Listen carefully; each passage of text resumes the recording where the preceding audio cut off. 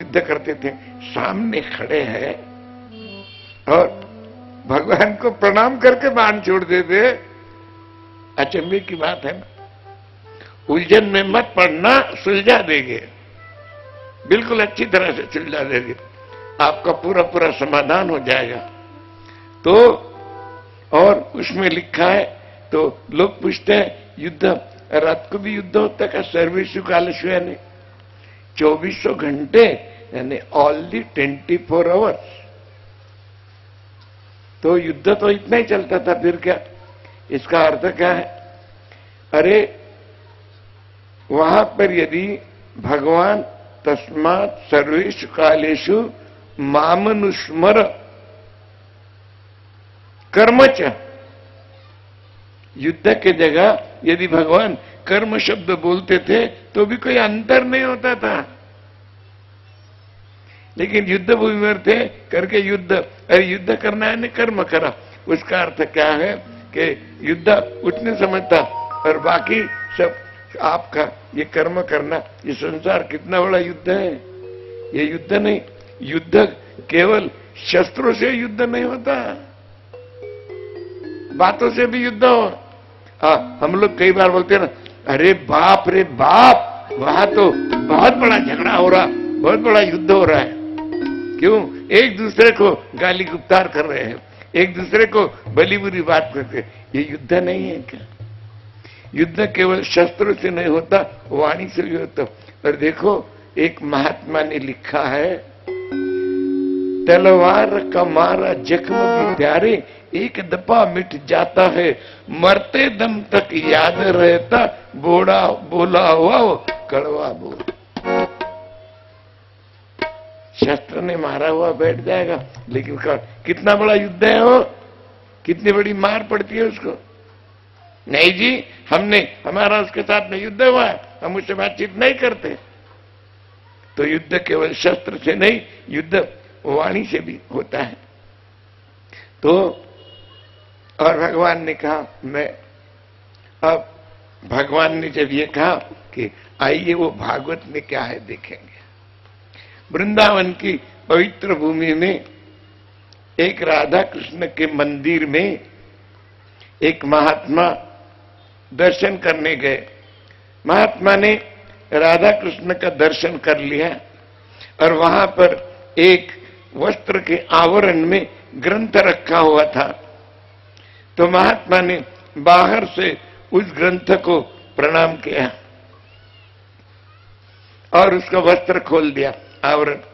आप देखते हो ना, यहां आते के बाद में हमारा जो ग्रंथ अंदर रखा है उसका आवरण खोला जाता है और वहां उस महात्मा को शब्द दिखाई दिए, श्रीमद् भागवत महापुराण।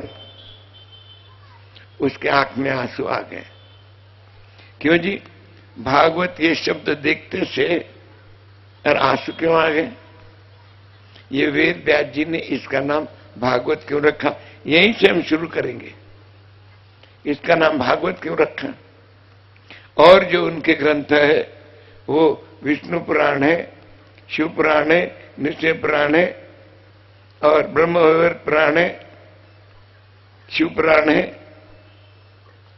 वे अग्नि पुराण है, इसे मत्स्य पुराण है। और इसका नाम भागवत क्यों दिया? भागवत शब्द देखो, और नाम दिया है श्रीमद् भागवत। श्री यानी ऐश्वर्य, श्री यानी महालक्ष्मी, श्री यानी रुक्मिणी, श्री यानी राधा, श्रीमद् यानी ऐश्वर्य से युक्त। और भागवत शब्द भगवान शब्द से बना है। भगवान शब्द कैसे बना है? 6 प्रकार की धातुओं से भगवान शब्द बना है। ये 6 प्रकार की धातुएं कौन सी है? समस्त ऐश्वर्य, ज्ञान, यश, कीर्ति, वैराग्य और महालक्ष्मी। भगवान की व्याख्या बराबर सुन लीजिए और एक बार सुनिए। समस्त ऐश्वर्य, ये समस्त ऐश्वर्य, ज्ञान, यश, कीर्ति, वैराग्य और महालक्ष्मी, इन 6 बातों को भग बोलते। और वान यानी धारण करने वाला। ये 6 बातें पूरी जिसमें है उसके भगवान बोलो। हर किसी में इतनी बातें नहीं रहती। और एक बार बता दूं, समस्त ऐश्वर्य, ज्ञान, यश, कीर्ति, वैराग्य और महालक्ष्मी, तो और भगवान, उससे भगवान शब्द बना और भगवान से भागवत शब्द बना। भागवत यानी क्या है? भागवत यानी धर्म है। आप किसी को भी पूछो, कोई भी संप्रदाय के व्यक्ति को आप पूछो कि आपका संप्रदाय कौन सा है, वो क्या बोलेगा? हमारा भागवत संप्रदाय है। वल्लभ संप्रदाय के लोगों को पूछो आपका संप्रदाय कौन सा है, कि भागवत संप्रदाय। गौड़ीय संप्रदाय के व्यक्तियों को पूछो, वे बताएंगे हमारा गौड़ीय संप्रदाय है। दत्त संप्रदाय के लोगों को पूछो, बोलेंगे हमारा भागवत संप्रदाय है। वारकरी पंथों के लोग पूछो, वो बोलेंगे भागवत। यानी भगवान को प्राप्त करा देने वाला जो संप्रदाय, वे भागवत संप्रदाय। सीधी सीधी व्याख्या ये है उसकी। तो अब तो भगवान ने, व्यास जी ने पहली नाम दे दिया, और श्रीमद् भागवत भगवान को प्राप्त करा देने वाला ग्रंथ, वो भागवत को शुरू में व्यास जी ने नाम में ही बता दिया कि आपको भगवान का दर्शन भागवत में होना है और है। उदास बना, अपसेट जिसको बोलते मत होना, भगवान मिलेंगे। बस कैसे मिलेंगे ये आपने सुन लेना, बिल्कुल मिलेंगे। कोई कैसा भी रहो भगवान मिलते हैं।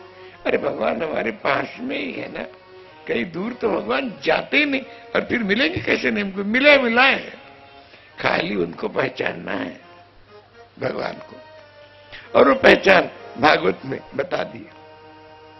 तो करके वेद व्यास जी ने इसका नाम भागवत दिया। और वो देखते से उनके आंखों में झरी लग गई। महात्मा के शब्द देखते से आंखों में झरी लगती। हाँ, मुंबई में एक डॉक्टर है, सायन में रहते, जिसको शिव बोलते, वहां रहते, हमारे शिष्य हैं। नाम है उनका अभ्यंकर, पति पत्नी शिष्य।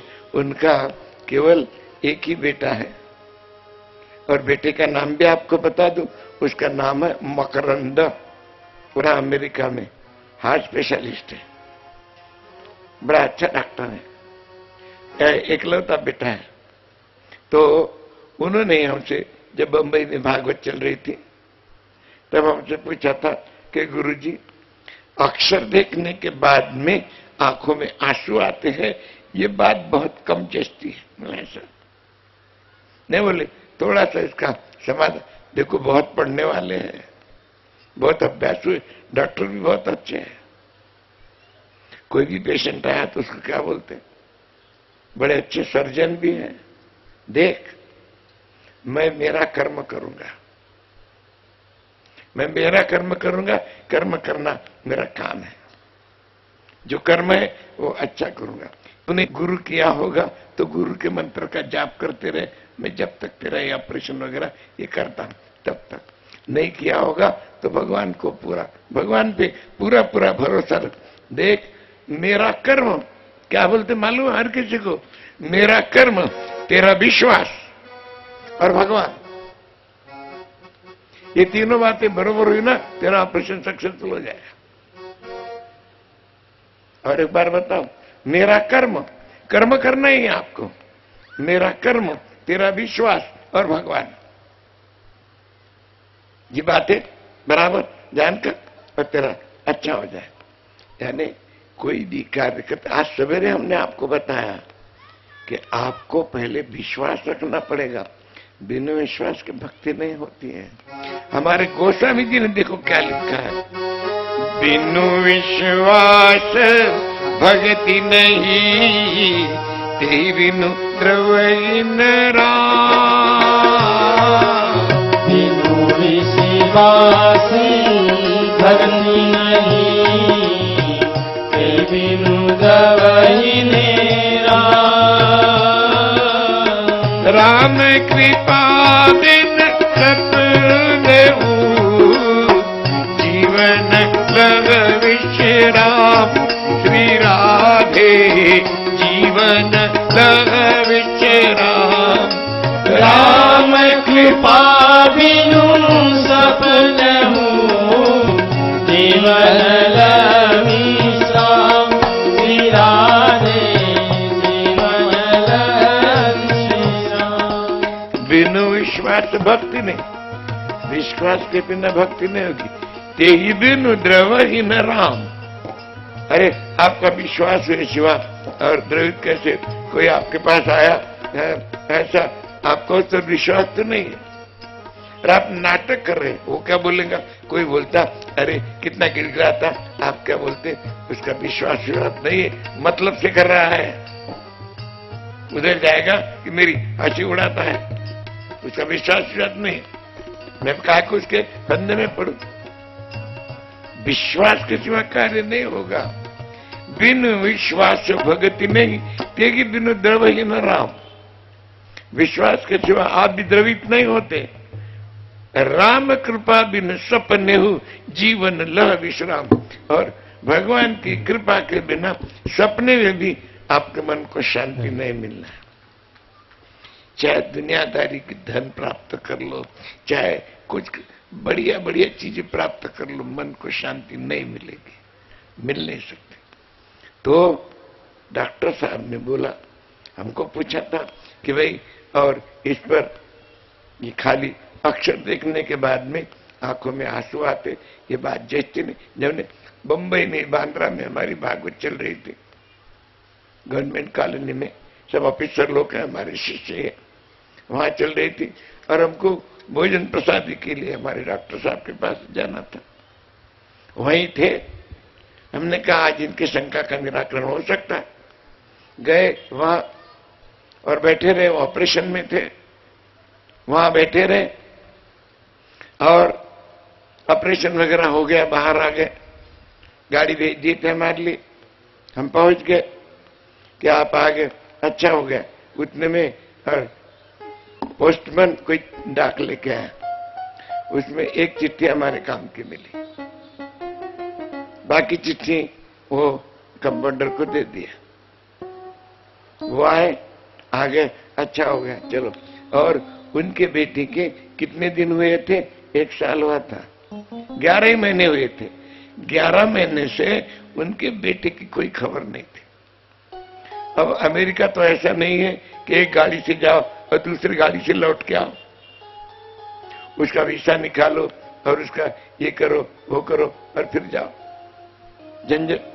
तो परेशान रहते थे कि और क्या करना। हमने कहा आ जाएगा, कुछ फोन लगता नहीं था, कोई चिट्ठी आती नहीं थी। 11 साल 11 महीने हो गए थे। और फिर हम बैठे थे, एक उसकी चिट्ठी आई, उस पर जो और कवर पे चिट्ठी पर लिखा रहता है ना फ्राम, जो आपको पाकिट आता है, इनवॉल्व जिसको बोलते हैं आप, उसमें इनका पता था डॉक्टर साहब का, और बगल में लिखा हुआ था फ्रॉम मकरंद अभ्यंकर अमेरिका। उनका कहना था कि अक्षर देखने के बाद में आंखों में आंसू आते नहीं, और सब बड़े हंसी खुशी से बोल रहे हैं हमसे। और हमने जब वो चिट्ठी लिया और बता दिया, चिट्ठी देखते से उसके अक्षर देख लिए, वे शब्द, और उनके आंखों में झरी लग गई। क्या हो गया? अरे रोंगटे खड़े हो गए। महाराज महाराज मकरंद मकरंद, बोले क्या हो गया? महाराज मकरंद, अरे भाई हो क्या गया? चिट्ठी आई है या मरा तो नहीं है, जीवित है ये। अब चिट्ठी खोली भी नहीं अभी और इतने आंखों में आंसू आ गए। हमने कहा रख दो चिट्ठी अभी। उतने में डॉक्टर निभाई, उनकी पत्नी, बोले क्या हो गया गुरुजी, आपने कुछ बोला? बोला हम क्यों बोलेंगे, क्या हो गया?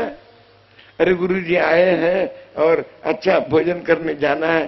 अरे आपको, हमने कहा ये समझाने की बातें अभी कर रहे हो, थोड़ी देर के बाद में उसकी भी यही हालत होने वाली है। बोले क्यों गुरुजी, आपने कुछ बोले? हमने कहा भाई कुछ बोला तो नहीं है, ये देख ये चिट्ठी बताए। बोला मकरंद तो दोनों पागल हो गए क्या तुम? अरे वो अक्षर देखते से तुम्हारे आंखों में आंसू क्यों आ गए? दोनों के आंखों में आंसू आ गए।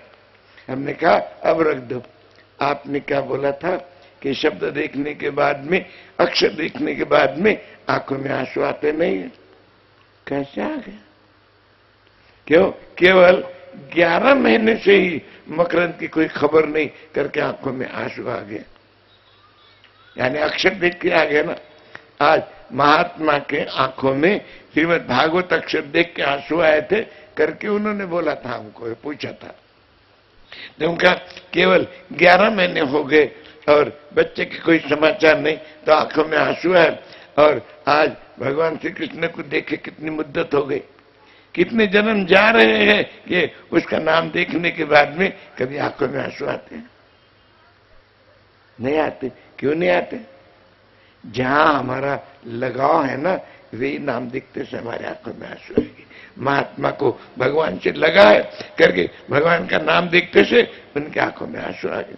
हमको लगाव नहीं करके, हमारी माँ मर गई तो हम बहुत रोएंगे, दूसरे की माँ मरेगी तो फिर बड़ी समझाने की बात है। ये तो चलते ही रहता है, ये चलते ही रहता है, और समझाएंगे उसको, बार बार घड़ी देखा करेंगे। साथ वाले को बोलेंगे क्यों भूख लग गई, दूसरी की माँ मर गई तो हम समझाते, हमको भूख लग जाती है, और खुद की माँ मरने के बाद में फुट फुट के रोते।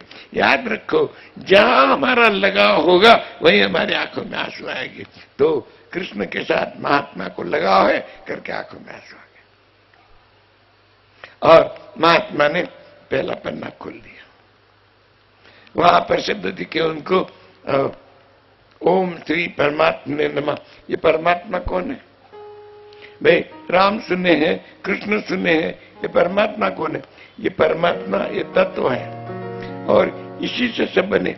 देखिए राम कृष्ण ये सब एक है, अपनी अपनी और उपासना का भेद है खाली, बाकी सब रहते कहाँ है ये भी आपको बता देंगे, और ये उपासना का खाली भेद है।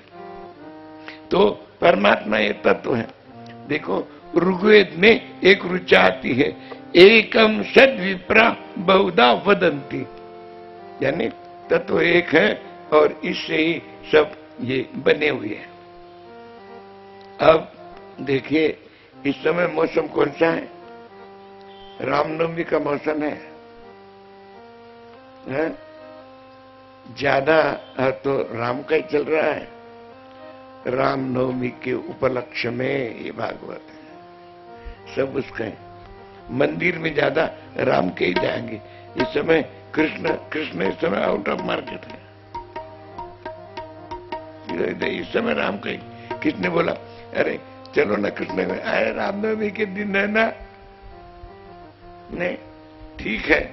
ये राम की चर्चा कब तक चलेगी? 10 दिन तक। ये रामायण है, राम का फोटो लगाए, राम की जय, ऐसे चाहिए। अब जब जन्माष्टमी आएगी तो राम जी गए out of market, Shri Krishna का चल रहा है। चलो राम के मंदिर में जन्माष्टमी है ना, कृष्ण का जन्म होने वाला, चलो ना वहां पर चले। अच्छा, अब नवरात्रि के दिन रहे, अबे दोनों आउट ऑफ मार्केट, देवी का चल रहा है 10 दिन तक, चलो देवी के मंदिर में। अरे राम के मंदिर में देवी की नवरात्रि है ना इस समय? ठीक है, ये गया। अब श्रावण का महीना आया तो हमारा भोलेनाथ बोलता है तुम लोगों के 8-8, 10-10 दिन है और मेरे बाप का 1 महीना है, पूरा श्रावण महीना मेरा है, तो चलो शंकर जी के पास। तो ये सब कहाँ रहते हैं और कहाँ बता देंगे आपको कहाँ रहते हैं? क्यों कि राम केवल अयोध्या में रहते हैं या साकेत धाम में रहते हैं, कृष्ण केवल गोलोक में रहते हैं या वृंदावन में रहते हैं, और ये शंकर जी केवल कैलाश में रहते हैं या काशी में रहते हैं? बता दे। देखो एक का इष्ट है राम, इनका इष्ट है कृष्ण, इनका है शिव, इनका है देवी। आप अपनी उपासना सुनते सुनते भी एकदम बराबर करो तो जो आपकी उपासना होगी, इष्ट होगा, आपकी अनुभूति आपको होते रहेगी। भागवत सुनते सुनते भी होगी, उसको अजपा जप कहते हैं। इसकी आदत आपका हो जाएगी, हर कार्य करते समय आपको आदत हो जाएगी। तो अभी आपको राम दिखेंगे, उपासना पूरी, उनको कृष्ण दिखेंगे, उनको शिव जी, इनको देवी, फिर चारों आए कहां से? बस हम तो उनका नहीं है। फिर ये आने को निकले हैं, कल देखेंगे सवेरे, कल सवेरे पहुंच जाएंगे यहां पर, तब आपको बता देंगे ये सब कहां से आते हैं। अरे है कहां, ये रहने का ठिकाना कौन सा है? केवल कैलाशी है, केवल क्या है? तो कहने का बात, इतनी बात ध्यान में रखना, एकम सद्विप्रा बहुधा वदंती, ऋग्वेद, एक तत्व अपने बराबर ध्यान में रख देना। तो और महात्मा ने फिर पत्ता पलटा, उनको वहां शब्द दिखे, श्री गणेशाय नमः। गण ईश यानी देवता लोग जो है, तो देवता को देवता गण बोला है, और उनके मुख्य ईश है गणेश जी करके गणेश जी की वंदना पहले की। बाद में गणेश जी का बीज मंत्र आता है। गणेश जी का बीज मंत्र क्या है? ओम गंग गणपते नमः। अथर्व शीर्ष का पाठ जो करते होंगे उनको मालूम है कि गणेश जी का मंत्र ओम गंग गणपते नमः ये है। और उसके बाद में देखो, बीज मंत्र से जाप करना अच्छी बात है, लेकिन बीज मंत्र से जाप करने के लिए शुद्धता बहुत चाहिए। इसलिए अपने गुरु ने जो मंत्र, आजकल बीज मंत्र कोई गुरु नहीं देता, पहले भी कम देते थे, नहीं तो, और फिर भगवान का नाम 24 घंटे उठते बैठते सोते खाते पीते और लेते रहो, कोई दिक्कत नहीं है। और उसके बाद में वहां पर भागवत का महामंत्र आता है। भागवत का महामंत्र क्या है? ओम नमो भगवते वासुदेवाय, ये भागवत का महामंत्र है। और उसके बाद में आता है महात्म्य। महात्म्य यानी महत्व। कोई भी बात का महत्व जाने बिना उसके प्रति अपने को लगाव नहीं होगा। बाजार में आप कोई चीज लाने को गए, दुकानदार ने कहा ये चीज आपके घर के लिए बहुत बढ़िया है, आप एकदम खरीदोगे? नहीं खरीदोगे। आप उनसे पूछोगे इससे लाभ क्या है, इससे हानि क्या है। जब लाभ हानि ये सब आप जान लोगे तब आप खरीदोगे। तो उसको कहते हैं महत्व। तो ये भागवत, और 3-4 घंटे सवेरे सुनना, 3-4 घंटे शाम को सुनना, ऐसा इसका महत्व क्या है करके ये महात्म्य, भागवत का महात्म्य वेद व्यास जी ने बहुत से ग्रंथों में दिया है। लेकिन पद्म पुराण पाताल खंड नाम का उनका जो ग्रंथ है, उसमें इस महात्म्य के उन्होंने 6 अध्याय दिए हैं, वे जैसे के वैसे यहां लिख दिया। तो महात्म्य का पहला श्लोक आता है, सच्चिदानंद रूपाय विश्वोत्पत्त्यादि हेतवे तापत्रय विनाशाय श्री कृष्णाय वयम नमः।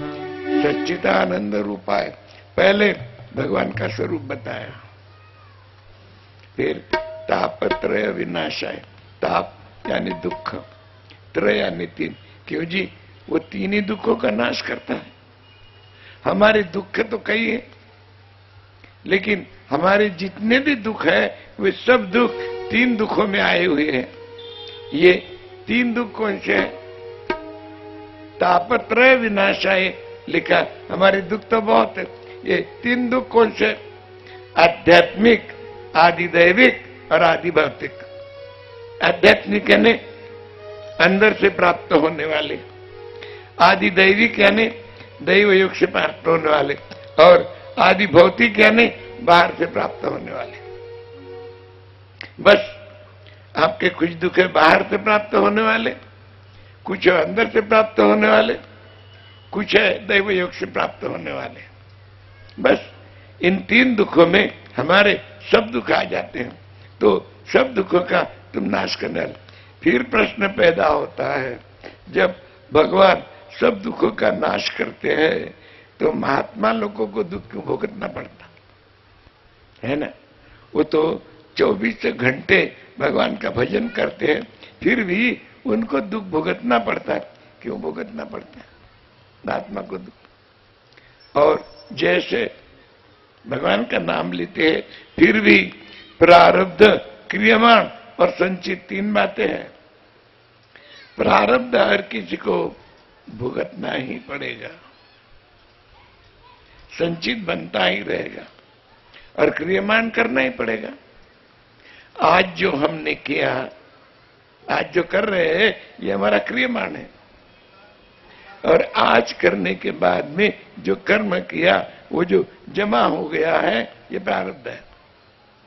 आज का क्रियमाण कल का प्रारब्ध बनेगा और वो संचित हो जाएगा।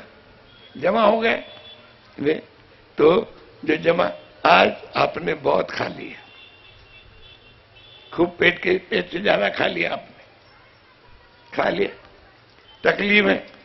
अब आज आपने खा लिया, अब क्रियमाण तो कर लिया आपने, ज्यादा खा लिया। अब आपको कल तो बहुत तकलीफ हो रही, दिन भर आप कुछ खाते नहीं, कुछ पीते नहीं, डॉक्टर की गोलियां लेते हो, लेकिन आपको एकदम अच्छा लगता क्या?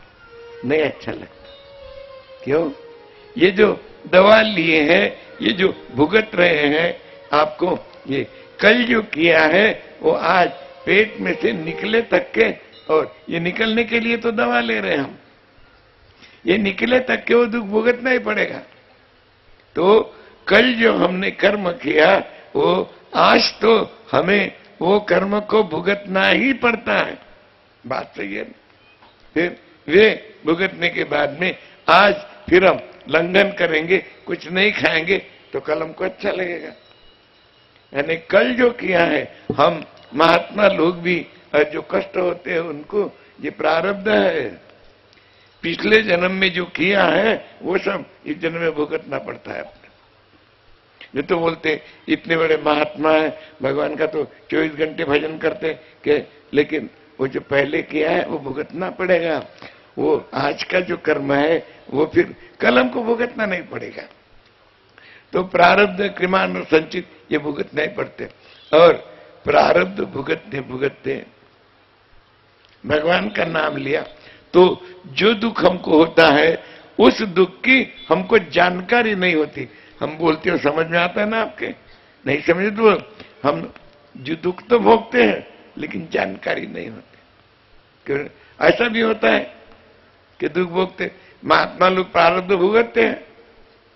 अब हम 24 घंटे भगवान का भजन करते हैं, फिर भी हम हार्ट के पेशेंट हैं, तकलीफ है, भुगतना पड़ता है।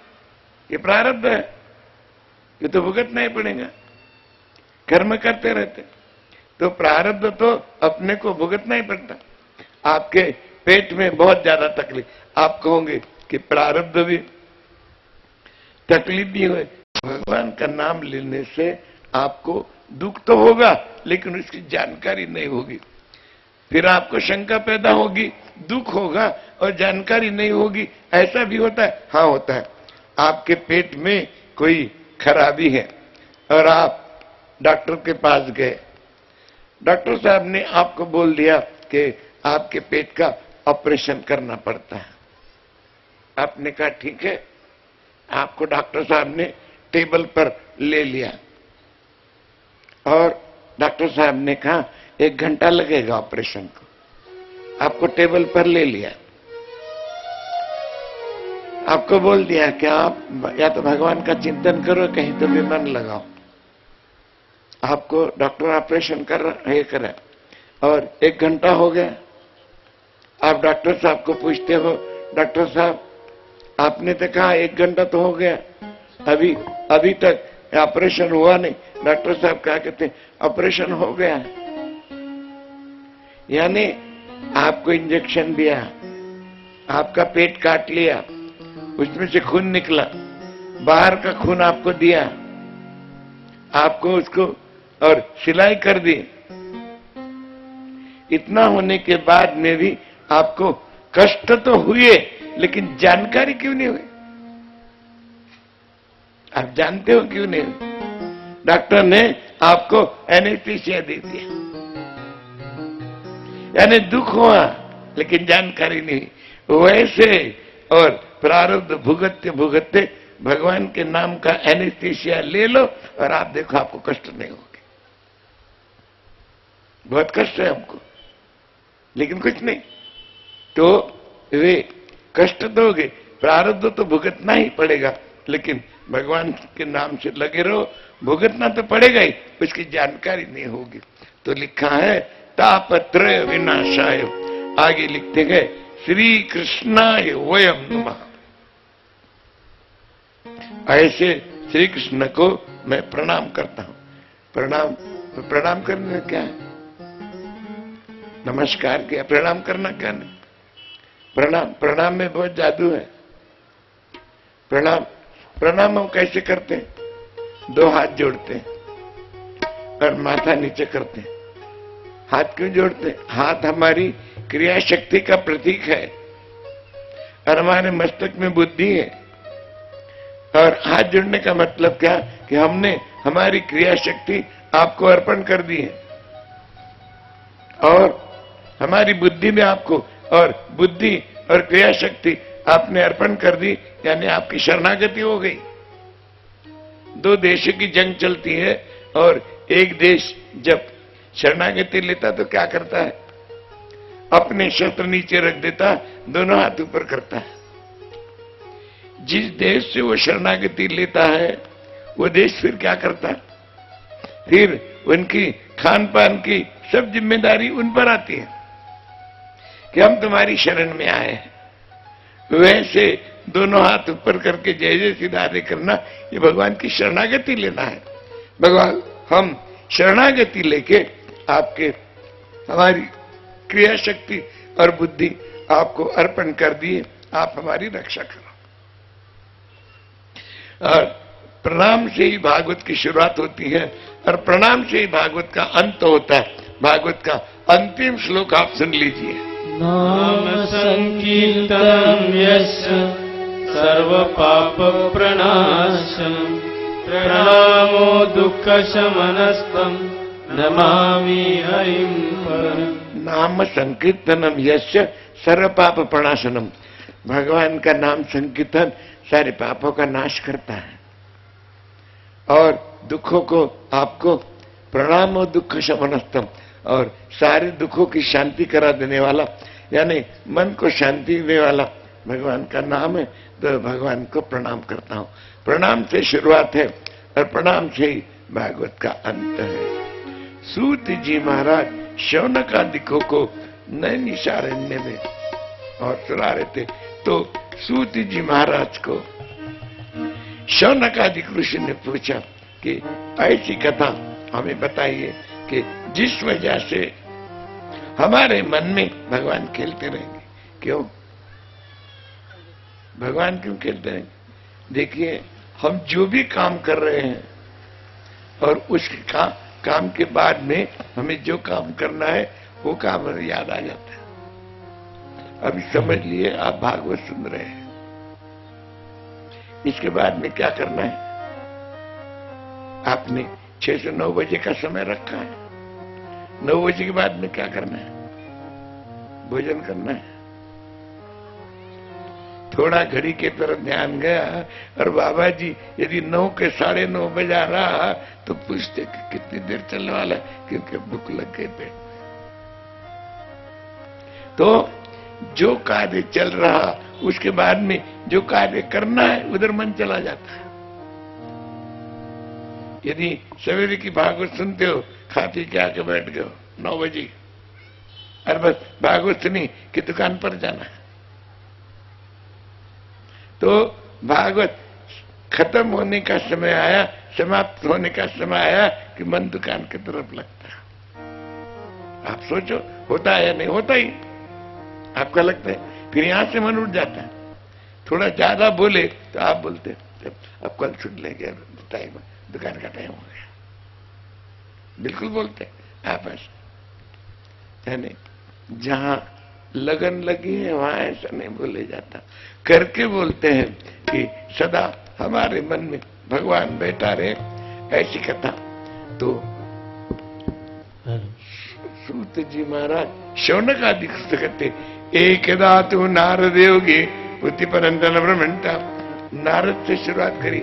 नारद जी कौन है? भक्ति के आचार्य हैं। और नारद जी कीर्तन करते आ रहे थे कि कीर्तन जमुना के किनारे नारद जी महाराज कीर्तन कर रहे थे। जमुना किनारे वृंदावन की पवित्र भूमि में जमुना किनारे एक युवती रो रही थी और उसके सामने दो वृद्ध मूर्छित पड़े थे और वे रो रही थी। नारद जी का कीर्तन सुनते से वे नारद जी का कीर्तन सुनने लगी और ध्यान से वो उनका मन उसका तरफ उधर गया। आइए आप और हम भी कीर्तन सुने और जितना बन सके उतना करें। पांडुरंग पांडुरंग पांडुरंग विठला पांडुरंग पांडुरंग विठला पांडुरंग पांडुरंग पांडुरंग विठला पांडुरंग पांडुरंग पांडुरंग विठला भक्ति रंग विठला पांडुरंग विठला विठला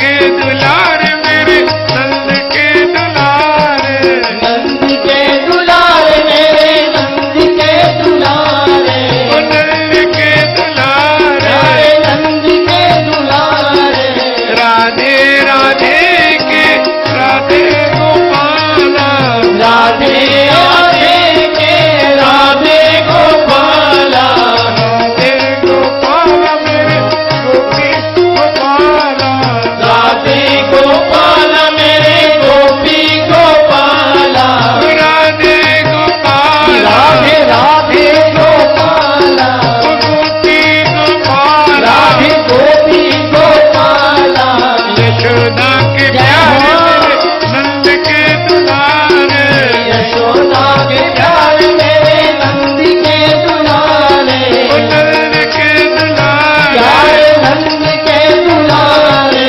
रात रचैया हे मुरलीवाल, रात रचैया हे मुरली लाला, रुक्मिणी समेत पंडरी नाथा, रुक्मिणी समेता पंढरी नाथा, पंढरी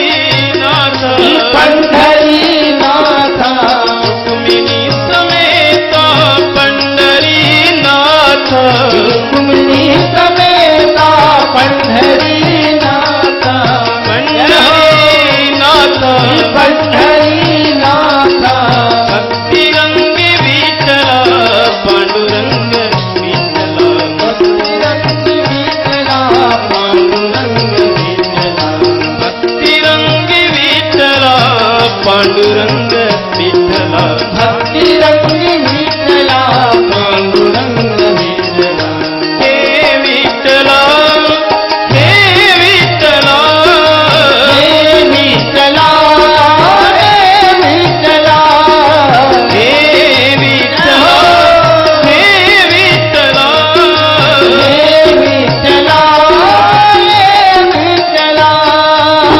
बोली वृंदावन बिहारी लाल की जय।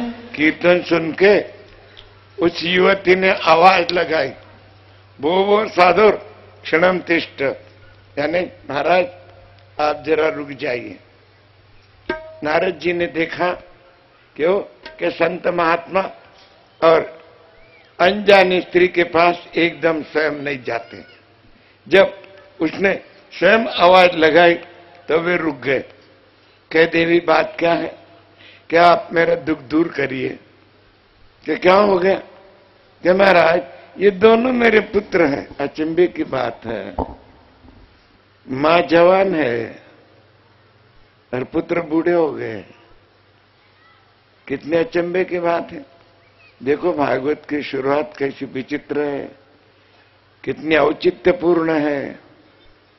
दो पड़े हुए ये कौन है, वो क्या बोलती है? नारद जी ने पूछा और महात्मा को बोल रही है। नारद जी ने पूछा और देवी तुम कौन हो? कि महाराज मेरा नाम है भक्ति। देखो भागवत की शुरुआत ही भक्ति से हो गई है। मेरा नाम है भक्ति और ये दोनों मेरे पुत्र हैं। एक का नाम है ज्ञान और एक का नाम है वैराग्य।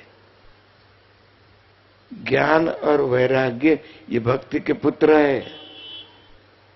याद रखना ये सब बात। आप सोचो कि आप कहते हो ज्ञानोत्तर भक्ति श्रेष्ठ है, यानी पहले बेटा श्रेष्ठ है कि पहले मां श्रेष्ठ है? सोचो आप। अरे मां श्रेष्ठ होगी तभी तो बच्चा होगा ना, नहीं तो यदि भक्ति नहीं होती तो ज्ञान नहीं होता, वैराग्य नहीं आता था। तो ज्ञान और वैराग्य ये भक्ति के पुत्र है और ये ज्ञान और वैराग्य अपनी मां को भूल जाते। आपका हमारा यही तो होता है कि और बीवी के चक्कर में पड़े कि मां आ गई गोदाम में।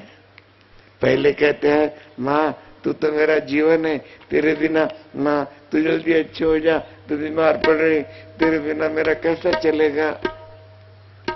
अब घर में आ गई बीबी रानी कि फिर मां के बेटा बेटा क्या बेटा बेटा करती है। अरे उसकी भी तो कुछ बात सुननी चाहिए। फिर उसको बोलते तू और मैं के ज्यादा दिन रहेंगी तो मेरा कैसा होगा। अब वो गई इधर। तो एक जगह पर व्यक्ति का प्रेम कभी रहता नहीं, याद रखना, बिल्कुल बदलते जाता है। एक जगह व्यक्ति का प्रेम वहीं रहता है जहां स्थायी चीज है, रोज स्थायी चीज है भगवान। वहां मन लगा है। आप तो सारे संसारी हो, अपना काम काज सवेरे से इस समय कुछ ज्यादा बढ़ गए हैं, सब काम में थे अपने। काम होने के बाद में आपको ऐसा लगा ना, ये लगा क्या है, दिन भर के थक गए हैं कि नहीं, शाम का तो सुन लेंगे काम करने के बाद में। लेकिन और भगवान की लौ तो सभी को लगती है, और अच्छी लौ लगने के बाद में वो निकलती नहीं है। तो कहे ये दो मेरे पुत्र हैं, और फिर वे अपनी बात बताती है, पूरी बात। नारद जी ने कहा देवी आपकी पूरी कहानी, अपनी कहानी बताती कि महाराज मैं द्रविड़ देश में पैदा हो गई। द्रविड़ देश यानी आज आप जिसको गुजरात बोलते दक्षिण बोलते हैं, चेन्नई बोलते हैं, मद्रास बोलते हैं, वे मैं दक्षिण में पैदा हो गई। और क्यों जी दक्षिण में पैदा हो गई, ऐसा भागवत में लिखा है। भक्ति कब पैदा हो गई? भागवत का निर्माण कब हुआ आपको मालूम है? भागवत का निर्माण द्वापर युग के अंत में हुआ। युग 4 है, कलयुग, द्वापर, त्रेता और कृत, यानी जिसे आप सतयुग बोलते हैं। उसमें कलयुग के वर्ष है 4,32,000। इसके पहले द्वापर के वर्ष है 8,64,000। उसके पहले त्रेता के वर्ष है 12,96,000। उसके पहले कृत जिसको आप सतयुग कहते, उसके वर्ष है 17,28,000। सबसे कम कलयुग के वर्ष हैं। आज कलयुग के वर्ष पूरे होके कितने साल हो गए? 5,001 साल हो गए कलयुग लग के। कलयुग के पहले द्वापर होता, द्वापर के अंत में भागवत लिखी गई है। तो और वैसे भक्ति कब पैदा हुई? जब सृष्टि पैदा हो गई, तभी सृष्टि के साथ में तो भक्ति पैदा हो गई। अरे सृष्टि पैदा हो गई, यानी सृष्टि जब पैदा हो गई तब वेद हो गए। वेद का मतलब आपको मालूम है? वेद का मतलब है वाणी। भगवान की जो वाणी है उसको वेद बोला है। तो वे पहले एक ऋग्वेद में एक ऋचा आती है, सईक्षत एको हम बहुश्याम। ऋग्वेद यानी भगवान ने ईक्षण किया, यानी देखा, और भगवान ने ये कामना करी कि मैं एक हूं, मैं अनेक बन जाऊं, और सृष्टि पैदा हो गई। उसको समय कितना हुआ? सृष्टि पैदा होने को समय कितना हुआ बता दूं आपको। 1 अरब, जरा ध्यान से सुनना, 1 अरब 95 करोड़ 58,90,108 साल।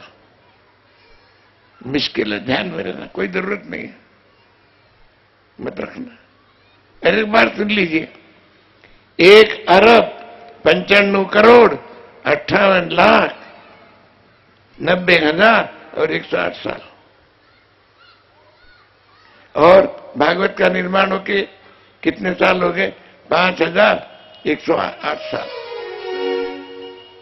तो फिर यहां कैसा लिखा? भक्ति निर्माण तो उसी समय हो गई, लेकिन वे सुप्तावस्था में चली गई थी, कोई भक्ति को पूछता नहीं था। और उसने दक्षिण में लिखा, क्यों कि जो बड़े बड़े महात्मा दक्षिण में पैदा हुए थे, रामानुजाचार्य, मध्वाचार्य, वल्लभाचार्य, शंकराचार्य, ये सभी आचार्य दक्षिण में पैदा हो गए करके लिखा कि मैं, यानी दक्षिण में पैदा हो गई, इसका अर्थ का दक्षिण में मेरा पुनरुत्थान हो गया। जो मैं सुप्तावस्था में पड़ी थी वो मैं पुनरावस्था में आ गए। और वहां से निकलकर मैं आई तो फिर मैं कर्नाटक में गई। तो कर्नाटक में मेरा अच्छा सम्मान हुआ। आज भी यदि आप कर्नाटक में जाओ और सवेरे 4 बजे घर में से निकलो, गंगा जी पे गोदावरी है वहां, गोदावरी पर उसको हर नदी को गंगा जी बोलते वहां, और हर घर में से कोई तमिल भाषा में, कोई और तेलुगु भाषा में, कोई संस्कृत में आपको स्तोत्र सुनाई देंगे 4 बजे घर में से। लेकिन आपको बड़ा अच्छा लगेगा। देखो, यदि सस्वर कोई बोला जाता है ना, संस्कृत के श्लोक भी, तो और सुनने वाले को बड़ा आनंद आता है। समझे भी नहीं तो आनंद आता है, क्योंकि स्वरों में इतना जादू है। आप देखोगे ये भागवत के स्वरों का जादू कैसा है। भागवत का एक ही श्लोक सुन के सुखदेव जी महाराज ने पूरे भागवत का अध्ययन किया। नहीं तो सुखदेव जी महाराज तो निर्गुण निराकार के उपासक थे, सगुण साकार के नहीं थे। अरे एक ही श्लोक सुना तो पागल हो गए। अब कैसा उन्होंने फिर एक श्लोक सुन के पूरे भागवत का अध्ययन किया, आप सुनोगे कल के प्रसंग में, आप सुनोगे ये। तो वे कहे, उसने कही कि कर्नाटक में मेरा सम्मान हो गया और वहां से मैं महाराष्ट्र में आई। महाराष्ट्र के बारे में क्या लिखा है बताओ यार। क्वचिन क्वचिन महाराष्ट्र, यानी महाराष्ट्र में हर जगह पर मेरा सम्मान नहीं हुआ, केवल कोई कोई जगह पर ही मेरा सम्मान हुआ। और उसके बाद में मैं गुजरात में गई। गुजरात के बारे में तो बड़ा भयानक लिखा है व्यास जी ने। गुजरात के बारे में लिखा है, गुर्जरे जीर्णताम गताम, यानी गुजरात में मैं बिल्कुल मरे जैसी हो गई। क्यों? गुजरात के बारे में वेद व्यास जी को कोई पक्षपात था?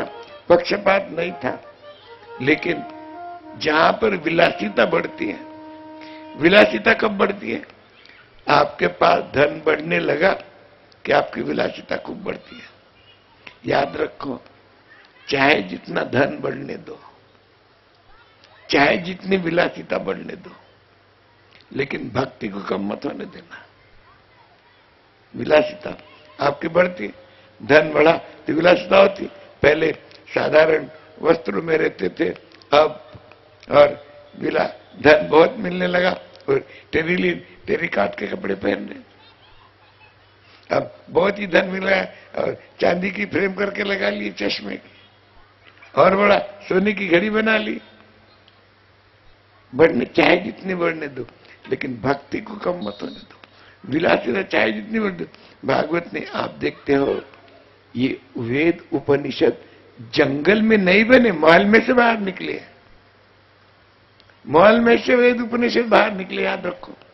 बड़े बड़े राजा लोग भी आखिर ये धन, ये दौलत, ये अपने साथ में आने वाली है, आने वाला नहीं।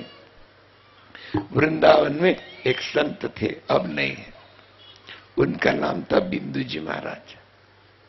बहुत बढ़िया भागवत बोलते थे, बहुत बढ़िया रामायण बोलते थे, लेकिन वो ब्रज भाषा में बोलते थे, पक्की ब्रज भाषा में। मीठी लगती थी, लेकिन जिसको समझे नहीं वो क्या करे।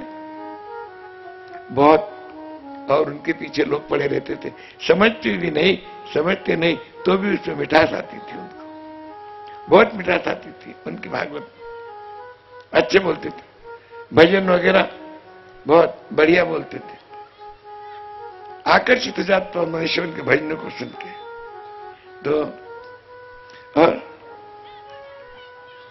वे बहुत आकर्षित हो जाते थे लोग उनके वश।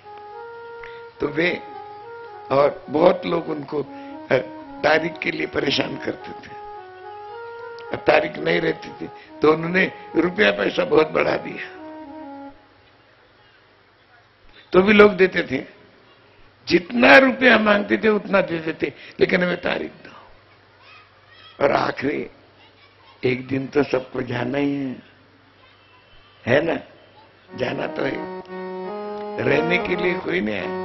आपने सुना है, आया है सो जाएगा राजा रंग फकीर, आया है सो जाएगा राजा रंग फकीर। कोई सिंहासन चढ़ चले, कोई बंदे जंजीर श्री राधे, कोई बंदे जंजीर। कोई सिंहासन चढ़ चले, कोई बंदे जंजीर श्री राधे, कोई बंदे जंजीर। कोई राजा बन के जाएगा, किसी के हाथ में बेड़िया पड़ेगी, लेकिन जाना तो पड़ेगा है। तो वे बिंदु जी महाराज के जब मृत्यु का समय, बेटा एक भी नहीं, एक लड़की है, बरेली में उसकी शादी हो गई है। उसका एक बेटा पीयूष नाम से रामायण करता है, हम उसको मुन्ना मुन्ना बोलते हैं। तो वो बिंदु जी ने क्या लिख दिया है, आज इतना धन था, प्रेम कुटी, कभी वृंदावन में आप गए तो रंग जी के मंदिर के पास में प्रेम कुटी है, सारा ट्रस्टी काम देखते हैं उसका, क्या करें। तो उन्होंने लिख दिया, धन दौलत से एक दिन खाली होगा, धन दौलत से एक दिन खाली होगा।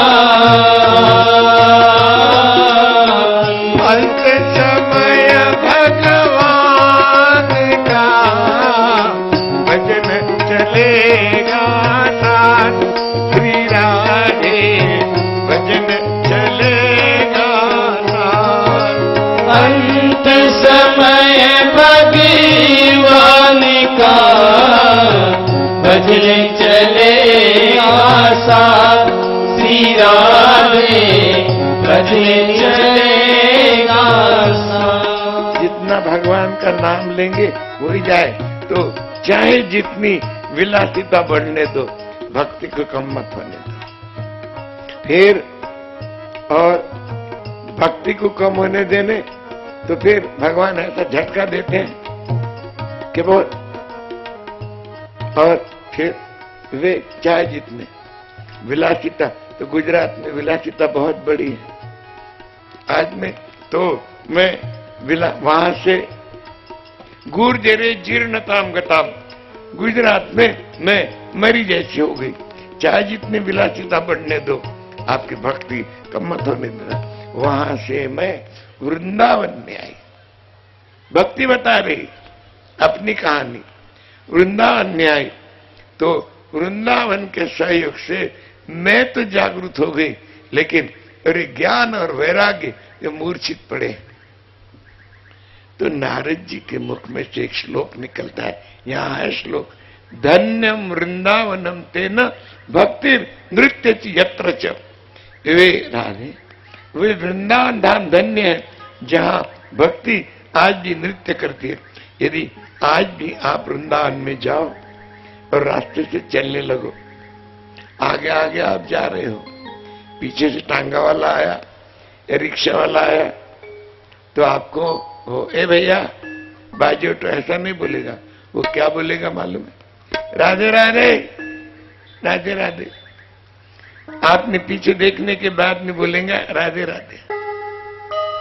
भिखारी भीख मांगेगा तो बोलेंगे राधे राधे। और मंदिर मंदिर में जाओगे तो आपके कानों में गूंज जाएंगी राधे राधे राधे, जय जय जय श्री राधे, राधे राधे राधे, जय जय जय श्री राधे। कितने लोग हैं? हम तो सब परदेशी हैं आपके गांव में, लेकिन हमारी आवाज ऐसी, आप बोलेंगे ये लगी है, अरे ये भी लगा है। तो आप यदि बोलने लगोगे ना, तो इस यदि अभी किसी के साथ झगड़ा हो जाता है, दो ही माता झगड़ा करेंगी नहीं, तो सारा ये पिंडाल लेकर कि अरे रे जरा धीरे धीरे भाई।